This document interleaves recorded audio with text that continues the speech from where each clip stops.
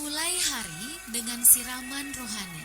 Persembahan program acara Nuansa Religi. Ya, begini Pak Ustaz, ini tentang permasalahan pernikahan. Nah, memang sering kita terkendala biasa mungkin karena status sosial. Nah, bagaimana Pak Ustaz seharusnya dalam tuntunan agama? Pak Ustaz, silahkan. Perlu kita paham, nikah dalam Islam adalah suatu ibadah. Bahkan Rasulullah memerintahkan kepada kita agar pernikahan itu dipermudah dan perceraian itu dipersulit. Ya, jangan terjadi sebaliknya. Kita hanya mempersulit pernikahan dan mempermudah perceraian. Ini hal yang terbalik. Ya. Kalau hanya perbedaan status sosial sehingga pernikahan dipersulit, ini sebenarnya tidak sesuai dengan konsep ajaran Islam yang sebenarnya. Ya, sepanjang seseorang itu ya memiliki keagamaan yang baik, maka ini yang pantas kita jadikan pasangan hidup, ya. Karena yang paling ditekankan Nabi adalah pasfar bizati din taribat yadak. Pilihlah karena agama, ya. Karena dengan agama pasti kamu beruntung. Raga bersimpu.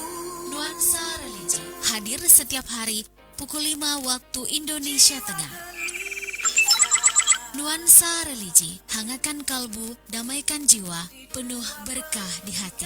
Hanya di Radio Peduli Parepare. Tiada yang melebihi.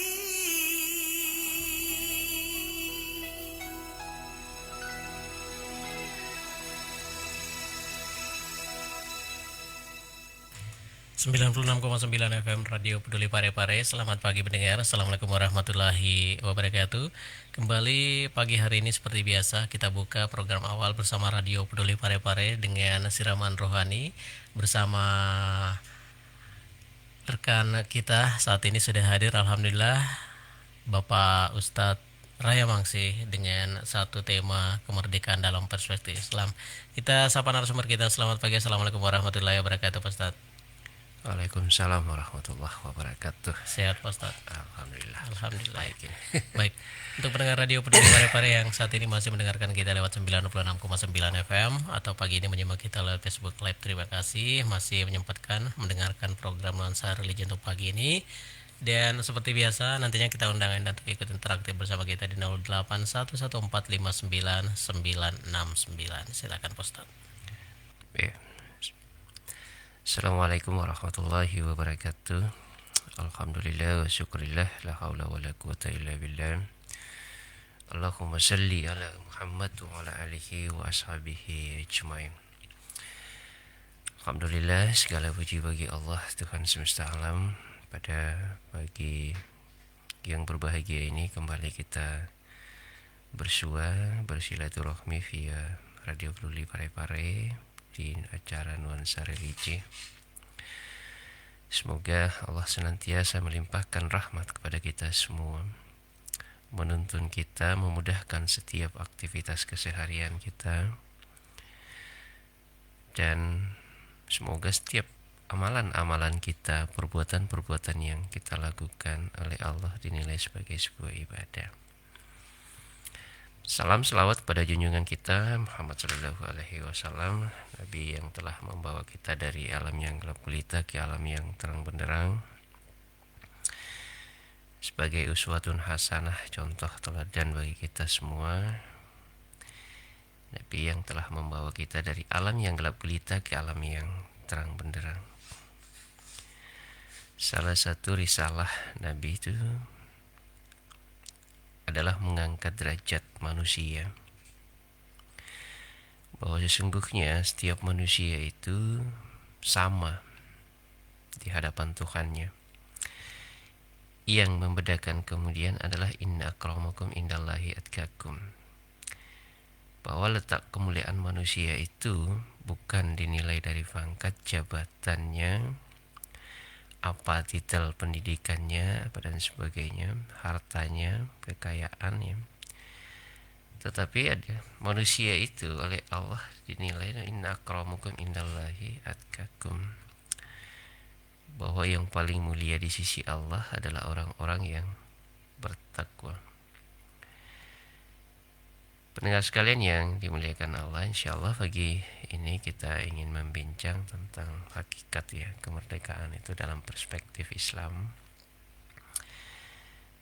Kalau kita melihat kembali, merujuk ya, mukaddimah pembukaan Undang-Undang Dasar, kan di situ ada satu yang perlu kita telaah, ya kan, atas berkat rahmat Allah, ya kan. Jadi kemerdekaan itu adalah berkat rahmat Allah. Nah, ada berkat rahmat Allah, lalu kemudian ada keinginan luhur kita semua.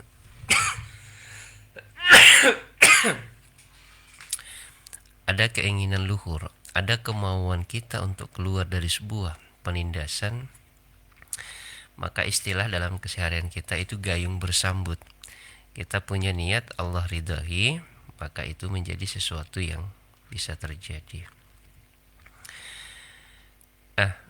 Dalam Al-Quran, Quran surah Ibrahim itu Allah mengingatkan kepada kita, a'udzubillahi minasyaitonirrajim, kitabun anzalnahu ilaika litukhrijan nasa minaz zulumati ilan nur biizni rabbihim ila siratil azizil hamid. Jadi kitabun anzalnahu ilaika litukhrijan nasa. Jadi kitab yang kami turunkan kepadamu Muhammad itu agar engkau mengeluarkan manusia minaz zulumati ilan nur, dari kegelapan kepada cahaya terang benderang, biizni rabbihim, dengan izin Tuhanmu, ila siratil azizil hamid, menuju jalan Tuhan yang maha perkasa, maha terpuji. Kalau kita memperhatikan ayat ini, pendengar sekalian yang dimuliakan Allah,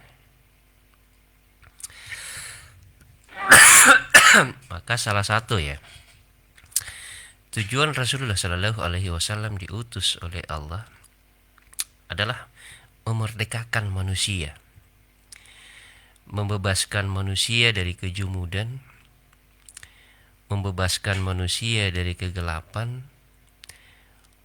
membawa manusia ke alam yang terang benderang.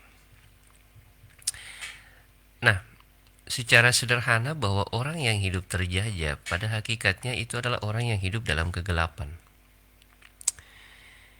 Jadi orang yang hidup dalam tekanan itu adalah orang yang merasakan sebuah penderitaan. Nabi kita diutus oleh Allah untuk membebaskan kita dari yang namanya tekanan, dari yang namanya penderitaan, dari yang namanya penjajahan. Maka itulah tugas kenabian Rasulullah Sallallahu Alaihi Wasallam untuk membebaskan manusia dari yang namanya penjajahan itu. Ini penjajahan ini kan kalau dulu ya orang-orang tua kita yang dirasakan itu kan penjajahannya adalah penjajahan fisik kan. Jadi dijajah secara mental mereka, negara kita, tanah air kita diduduki oleh orang-orang asing dengan kekuatan senjata. Lalu mereka kemudian berjuang melakukan sebuah perlawanan yang luar biasa, dan banyak pahlawan-pahlawan kita yang kemudian gugur sebagai syuhada. Nah, kalau sejarah panjang yang kita ceritakan, salah satu yang heroik betul ya, yang membuat Belanda itu sampai keteter itu hampir kehabisan kehabisan kas negaranya hanya untuk membiayai perlawanan, siapa itu? Pangeran Diponegoro. Salah satu pejuang muslim yang luar biasa. Nah, Nabi kita sekali lagi bahwa beliau diutus untuk membebaskan kita. Nah, dalam perspektif Islam, kemerdekaan itu adalah sebuah kebebasan yang diatur berdasarkan norma-norma atau nilai-nilai ilahiyah. Jadi satu tatanan masyarakat yang diatur berdasarkan Al-Quran dan hadis, di mana setiap masyarakatnya merasakan satu tingkat kenyamanan yang sama, satu perlakuan yang sama. Jadi kalau misalnya contoh gini, yang paling enak dikasih contoh, misalnya ketika misalnya kita ngurus sesuatu di sebuah kantor, kalau yang datang itu pejabat lalu dimudahkan urusannya, lalu kalau yang datang itu orang biasa lalu dipersulit urusannya, harus minta ini minta itu dan sebagainya, maka sesungguhnya ini namanya tidak merdeka secara totalitas. Islam mengajarkan kepada kita dalam filosofi, misalnya orang sholat berjamaah, siapapun yang duluan, siapapun dia tidak peduli. Ketika dia datang maka diberikan perlakuan yang sama. Lah, yang satu datang dengan berkas-berkas yang lengkap, yang satu tidak berkas lengkap, tetapi karena tidak berkas ada posisi misalnya, lalu diperlakukan berkasnya tidak lengkap, tapi karena ada posisi, ada jabatan, ada struktur yang dia miliki dalam kehidupannya, maka itu dimudahkan. Sementara yang kemudian berada pada posisi pinggiran dengan kelengkapan berkas yang diminta ini itu, tapi tetap masih susah untuk menyelesaikan urusannya, berarti pada prinsipnya ini kita tidak ada pemerataan dalam memberikan pelayanan.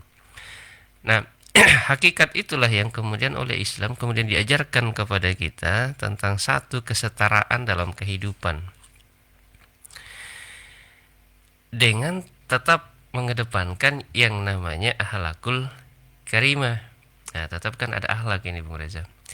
Jadi ya, yang bawahan tetap menghormati atasan, yang atasan tetap menghargai dan mencintai serta melindungi bawahannya, terjadi satu hubungan yang harmonis antara yang di atas yang di bawah, maka kemudian terjadi kerjasama yang baik. Yang di bawah taat kepada aturan, yang di atas melaksanakan aturan dengan sebaik-baiknya, maka terjadilah satu hubungan sosial kemasyarakatan yang luar biasa. Dan itulah hakikat dari sebuah kemerdekaan. Ketika masih ada yang merasakan satu diskriminasi dalam kehidupan, perbedaan merasakan satu pelayanan lah yang berbeda antara satu dengan yang lain, maka sesungguhnya hakikat kemerdekaan itu dalam perspektif Islam itu kita belum rasakan. Maka nikmat kemerdekaan yang kita maksudkan adalah satu nilai yang kemudian setiap masyarakat kita itu bisa merasakan satu kenyamanan.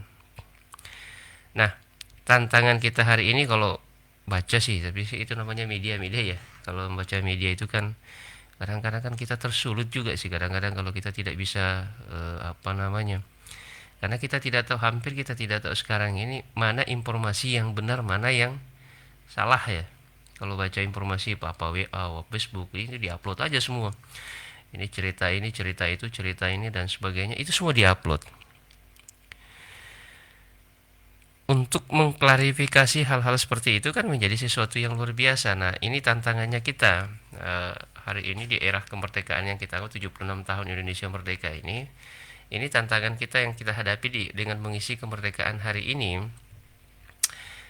adalah menjaga ritme keseimbangan kehidupan, khususnya di bidang informasi, sehingga informasi itu kemudian tidak melahirkan satu keresahan-keresahan baru di masyarakat, tidak melahirkan satu tekanan-tekanan baru di masyarakat. Misalnya tiba-tiba beredar satu di WA, barang siapa yang tidak vaksin akan tidak diberikan pelayanan kepada siapapun, kan gitu. Nah, yang belum sempat vaksin jadi was-was juga, ya kan? Belum sempat vaksin mungkin karena sesuatu dan lain hal tidak sempat vaksin jadi was-was juga. Nah, ini harusnya semuanya menjadi sesuatu yang ini. Keseimbangan informasi itu untuk menjaga kestabilan masyarakat kita.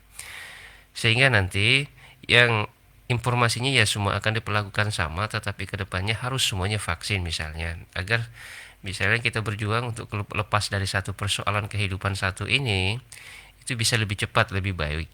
Nah, ini yang harus dilakukan hari ini untuk kemudian memotivasi masyarakat kita sehingga masyarakat tidak merasa tertekan. Nah, ketika masyarakat ditekan, itu kan namanya kemerdekaan itu sesungguhnya tidak dirasakan dengan sebaik-baiknya. Ketika ada masyarakat yang tidak merasa nyaman dengan apa yang dilakukan oleh orang-orang di atas misalnya, berarti kemerdekaan itu kita belum merasakan dengan sebenar-benarnya. Padahal kemerdekaan yang kita pahami dalam kalau kita baca pembukaan undang-undang kan di situ ada satu kenyamanan, kita bahasakan satu kenyamanan, satu kebersamaan, satu kesetaraan dalam segala aspek. Karena ini didorong oleh satu keinginan luhur. Ini adalah berkah Allah, ini adalah sebuah perjuangan. Maka dengan demikian ini harus kita sama-sama untuk melakukan sesuatu yang memberikan apa? Memberikan satu dampak luar biasa kepada masyarakat, kenyamanan kepada masyarakat.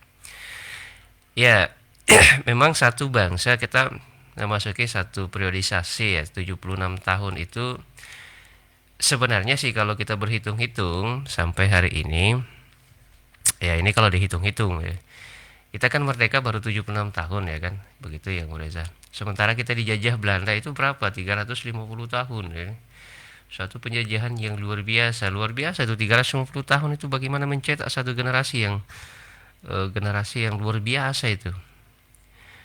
Kemudian dalam catatan sejarah kan Jepangnya juga tiga setengah tahun ya kan, 3,5 tahun, tapi katanya 3,5 tahun tuh luar biasa itu merusaknya itu Jepang itu, ya kan, luar biasa itu merusaknya. Nah, kemudian satu proklamasi yang kemudian dilakukan oleh Bapak Proklamator kita Soekarno-Hatta, dan ini memberikan satu gambaran bahwa bangsa kita merdeka. Nah, 76 tahun itu sebagian mungkin di antara kita yang hampir-hampir sudah tidak pernah membaca sejarah itu boleh jadi tidak mampu merasakan bagaimana ya upaya para pendahulu kita untuk meraih yang namanya kemerdekaan. Ya, kalau Bung Karno kan pernah mengucap itu, saya baca dalam satu artikel sederhana itu, ya kami itu mudah sebenarnya karena kami sesungguhnya kan merebut kemerdekaan ini dengan tetesan darah dan seterusnya ya. Tetapi yang lebih sulit nanti itu adalah mempertahankan kemerdekaan itu. Itu lebih sulit lagi. Kalau mereka itu jelas, yang dilawan itu siapa ya. Tapi kalau kita hari ini, yang paling berat itu adalah kita tidak tahu sesungguhnya siapa yang mau mengisi kemerdekaan, siapa yang mau hidup dari satu negara dengan berbagai tata cara yang dilakukan demi merekrut satu kekayaan, ya kan? Siapa yang bermasa bodoh ya? Siapa yang bermasa bodoh? Ini kan sesungguhnya yang bermasa bodoh, yang mau ini kan tantangan semua ini. Nah, kalau dulu melawan penjajah kan enak udah. Jelas musuhnya siapa. Nah, hari ini menjaganya kemerdekaan dan mengisi kemerdekaan itu memang kita dihadapkan pada beberapa hal. Nah, oleh sebab itu pendengar sekalian yang dimuliakan oleh Allah, tetap kita menjaga ritme kehidupan ini, irama kehidupan ini sehingga terjadi keseimbangan. Tidak kemudian serta-merta apa dan sebagainya seenaknya saja tiap hari upload itu nggak pernah baca-baca, kan itu bisa merusak suasana kemerdekaan kita. Akhirnya kita paham kemerdekaan itu adalah satu kebebasan ya, saya mengatakan kebebasan terikat. Kenapa terikat? Kita bebas beraktivitas tapi kita diikat oleh aturan-aturan negara, kita diikat oleh aturan-aturan agama, kita diikat oleh satu norma-norma di masyarakat. Tetap jadi jangan diterjemahkan ya kemerdekaan itu ya bebas segala-galanya, bebas segala-galanya. Tetapi tetap ada aturan-aturan yang harus kita lihat. Nah, Islam sekali lagi, kalau berdasarkan Quran Surah Ibrahim ayat 1, bahwa sesungguhnya kemerdekaan itu adalah mencerahkan manusia, membawa manusia dari alam yang gelap gulita menuju ke alam yang terang benderang. Dan semua itu bisa kita lakukan, bisa kita rasakan, bisa kita nikmati biizni Rabbih, dengan izin Tuhan. Tanpa izin Tuhan, saya yakin dan percaya kita tidak akan mampu untuk melakukan, mengisilah bahasa kalau hari ini kita merdeka, kita tidak akan mampu mengisi kemerdekaan itu dengan sebaik-baiknya. Tantangan kita masih sangat luas, tantangan kita ke depan itu masih sangat berat. Sehingga kita harus siapkan generasi-generasi yang siap menyiapkan diri kita masing-masing, menyiapkan siapa di belakang kita dan seterusnya, itu harus semuanya disiapkan. Jadi diri kita disiapkan, generasi kita disiapkan untuk menghadapi satu tantangan. Saya yakin dan percaya tantangan kita ke depan itu jauh lebih besar dari apa yang kita rasakan hari ini. Saya kira gitu dulu, Bung Reza. Baik pendengar radio Peduli Pare-Pare, dimanapun saat ini masih setia mendengarkan kita, seperti yang tadi sudah kita janjikan, kita buka sesi interaktif bersama kita di sini. Yang mau ikut interaktif silakan bisa menggunakan line telepon kita di 0811459969 atau bisa menggunakan kolom komentar kita di Facebook Live, nantinya diusahakan untuk dijawab oleh Pak Ustadz ya. Baik, Begini Pak Ustadz, Iya. kemerdekaan itu tentu adalah hak segala individu, keluarga ataupun masyarakat, bangsa dan negara ya Pak Ustadz, bahkan peradaban manusia ya. Betul. Seperti yang tertuang dalam Undang-Undang Dasar, di mana penjajahan di dunia ini harus dihapuskan karena tidak sesuai dengan peri kemanusiaan dan peri keadilan Pak Ustadz. Iya. Nah yang mungkin jadi pertanyaan di sini Pak Ustadz, bagaimana sebenarnya cara kita menelaah makna kemerdekaan ini dalam perspektif syariah? Iya. Jadi kita kembali, jadi menelaah kemerdekaan itu dalam perspektif Islam itu, perspektif syariah itu. Oh iya. Kita jawab telepon dulu Pak Ustadz ya. Iya, iya. Baik. Silakan. Ya, selamat pagi. Assalamualaikum warahmatullahi wabarakatuh. Iya, halo. Pagi dengan siapa Pak? Dengan Bang One. Oh Bang One, silakan Bang One. Selamat pagi Pak Ustaz. Iya. Waalaikumsalam warahmatullahi wabarakatuh. Jadi kita berbicara kemerdekaan Pak Ustaz. Iya. Ini negara kita sudah merdeka 76 tahun. Iya, iya. Ini kan banyak mengatakan bahwa kita merdeka tapi secara pribadi belum merdeka. Iya, iya, iya. Nah, karena negara kita ini dari satu pemimpin ke pemimpin lain kadang punya kebijakan yang lain-lain. Iya, iya, iya. Apalagi sekarang masa pandemi ya. Iya. Yang saya pertanyakan begini Pak Ustaz. Iya. Apabila seseorang itu tahu betul persoalan, Iya. tapi secara naluri dia ada perasaan ke pemerintah kita bahwa pemerintah kita ada rasa kebencian. Iya. Nah, bagaimana itu kalau seseorang yang begini padahal dia tahu permasalahan, Iya. tapi karena dia ada rasa tidak senang, jadi apapun dilakukan pemerintah pasti tidak ada baiknya. Iya, iya, iya. Jadi bagaimana hukum dalam Islam orang yang begini yang Iya, iya. sering memberikan apa-apa contoh Iya. ini dalam masalah corona ya. Iya, iya, iya. Ini kan banyak orang selalu menyatakan bahwa golongan biasa gitu. Iya, iya, iya. Dia tidak menyakiti bahwa pemerintah itu sudah berusaha lebih tegas, lebih cepat. Iya, iya. Inilah yang mempengaruhi masyarakat kita. Berita-berita hoax begini Iya. ada mengambil alih permasalahan dengan dasar bahwa pemerintah ini lemari tidak. Nah, pemerintah tadi yang mengada-ngadakan. Iya, iya. Bagaimana orang-orang yang begini Pak Ustaz? Iya. Assalamualaikum. Waalaikumsalam warahmatullahi wabarakatuh. Jadi kita langsung aja ya. Silakan Pak Ustadz. Iya. Jadi masyarakat juga harus bijak ya. Karena memang sekarang ini informasi masyarakat juga kadang-kadang kalau ngomong itu kan biasa berdasarkan informasi ya.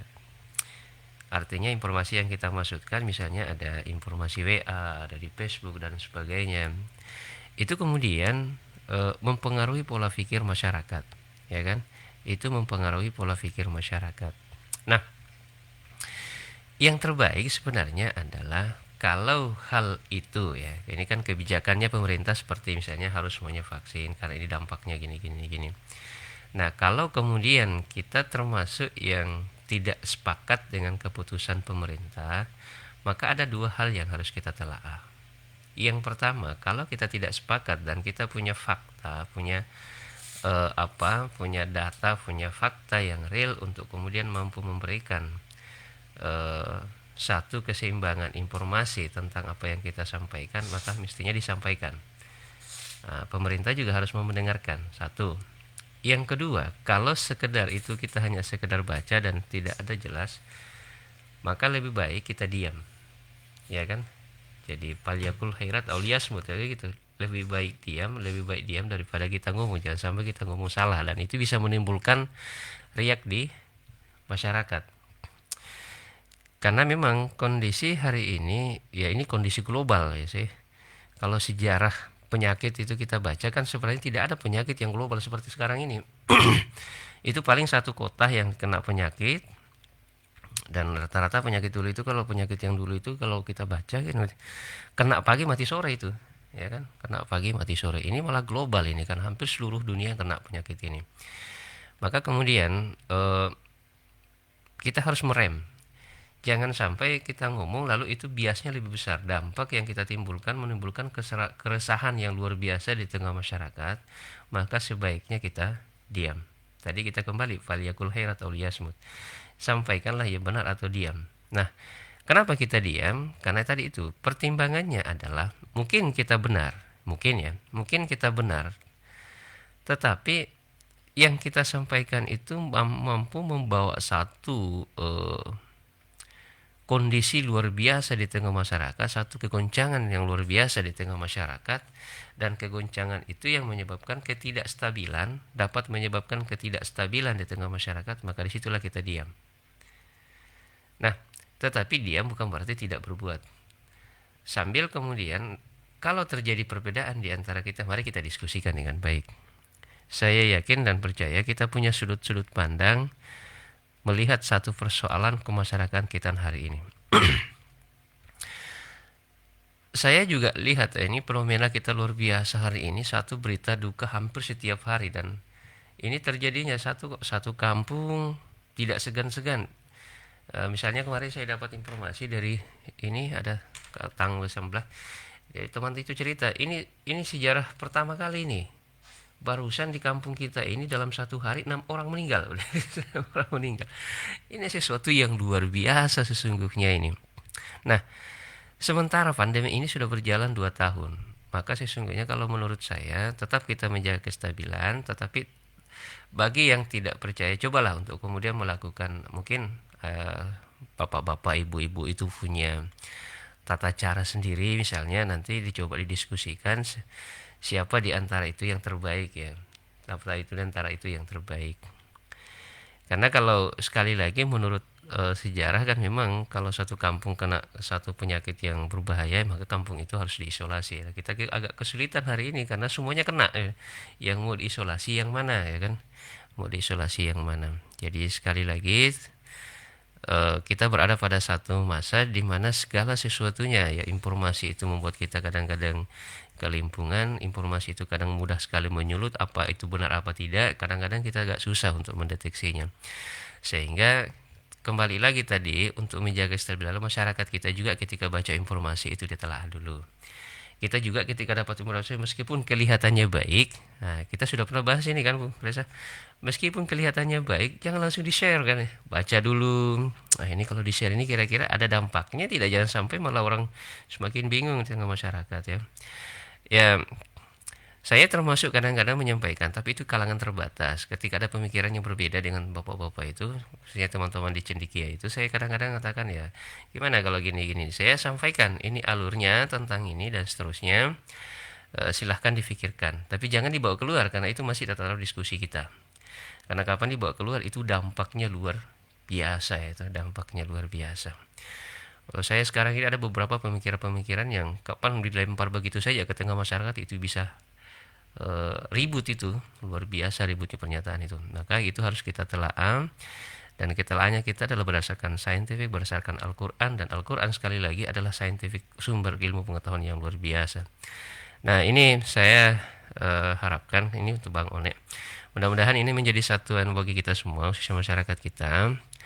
Tetap menjaga irama, jangan mudah terprovokasi, dan jangan juga mudah membagi informasi-informasi yang bisa membuat orang goyah. Meskipun itu benar, sekali lagi ada kebenaran yang harus kita sampaikan, tetapi kadang-kadang ada kebenaran yang harus kita hati-hati untuk langsung menyampaikan. Kalau itu dampaknya kepada masyarakat, mengganggu tataran masyarakat, itu harus kita hati-hati. Maka kita harus perlahan-lahan ya.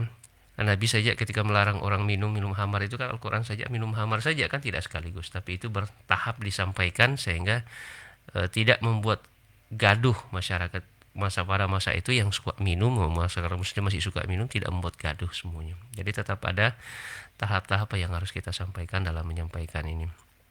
Sambil ya tetap kita dukung pemerintah kita dengan segala upaya maksimalnya, mudah-mudahan kita keluar dari pandemi ini. Ya bahasa saya, kalau tidak bisa mikir selesaikan, mari kita bersahabat dengan pandemi ini. Saya pikir begitu. Insya Allah Bung Reza, kita nanti suatu saat insya Allah kita bisa diskusi lagi.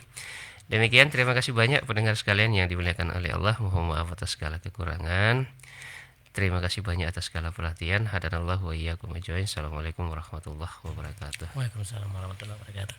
Baik pendengar, tuntas sudah pertemuan kita bersama Bapak Ustadz Raya Mangsi dengan satu tema yang kita angkat pagi ini adalah kemerdekaan dalam perspektif Islam. Jadi terima kasih juga untuk Bang One atas partisipasinya, sudah ikut interaktif bersama kita di sini di 0811459969. Semoga apa yang disampaikan Pak Ustadz tentu sudah bisa diterima dengan baik ya. Dan untuk pendengar radio Peduli Parepare, kembali kita ingatkan untuk Anda tetap mendengarkan program Nuansa Religi yang kita hadirkan setiap harinya. Kita mulai dari jam 5.30 sampai di jam 6 pagi, tentu dengan tema-tema yang beragam yang kita hadirkan setiap harinya. Dan pendengar radio Peduli Parepare dimanapun saat ini masih mendengarkan kita, ya, terima kasih banyak semuanya. Semoga besok kita bisa bersua kembali dengan tema yang lain. Terima kasih. Wabillahi taufiq wal hidayah. Wassalamualaikum warahmatullahi wabarakatuh.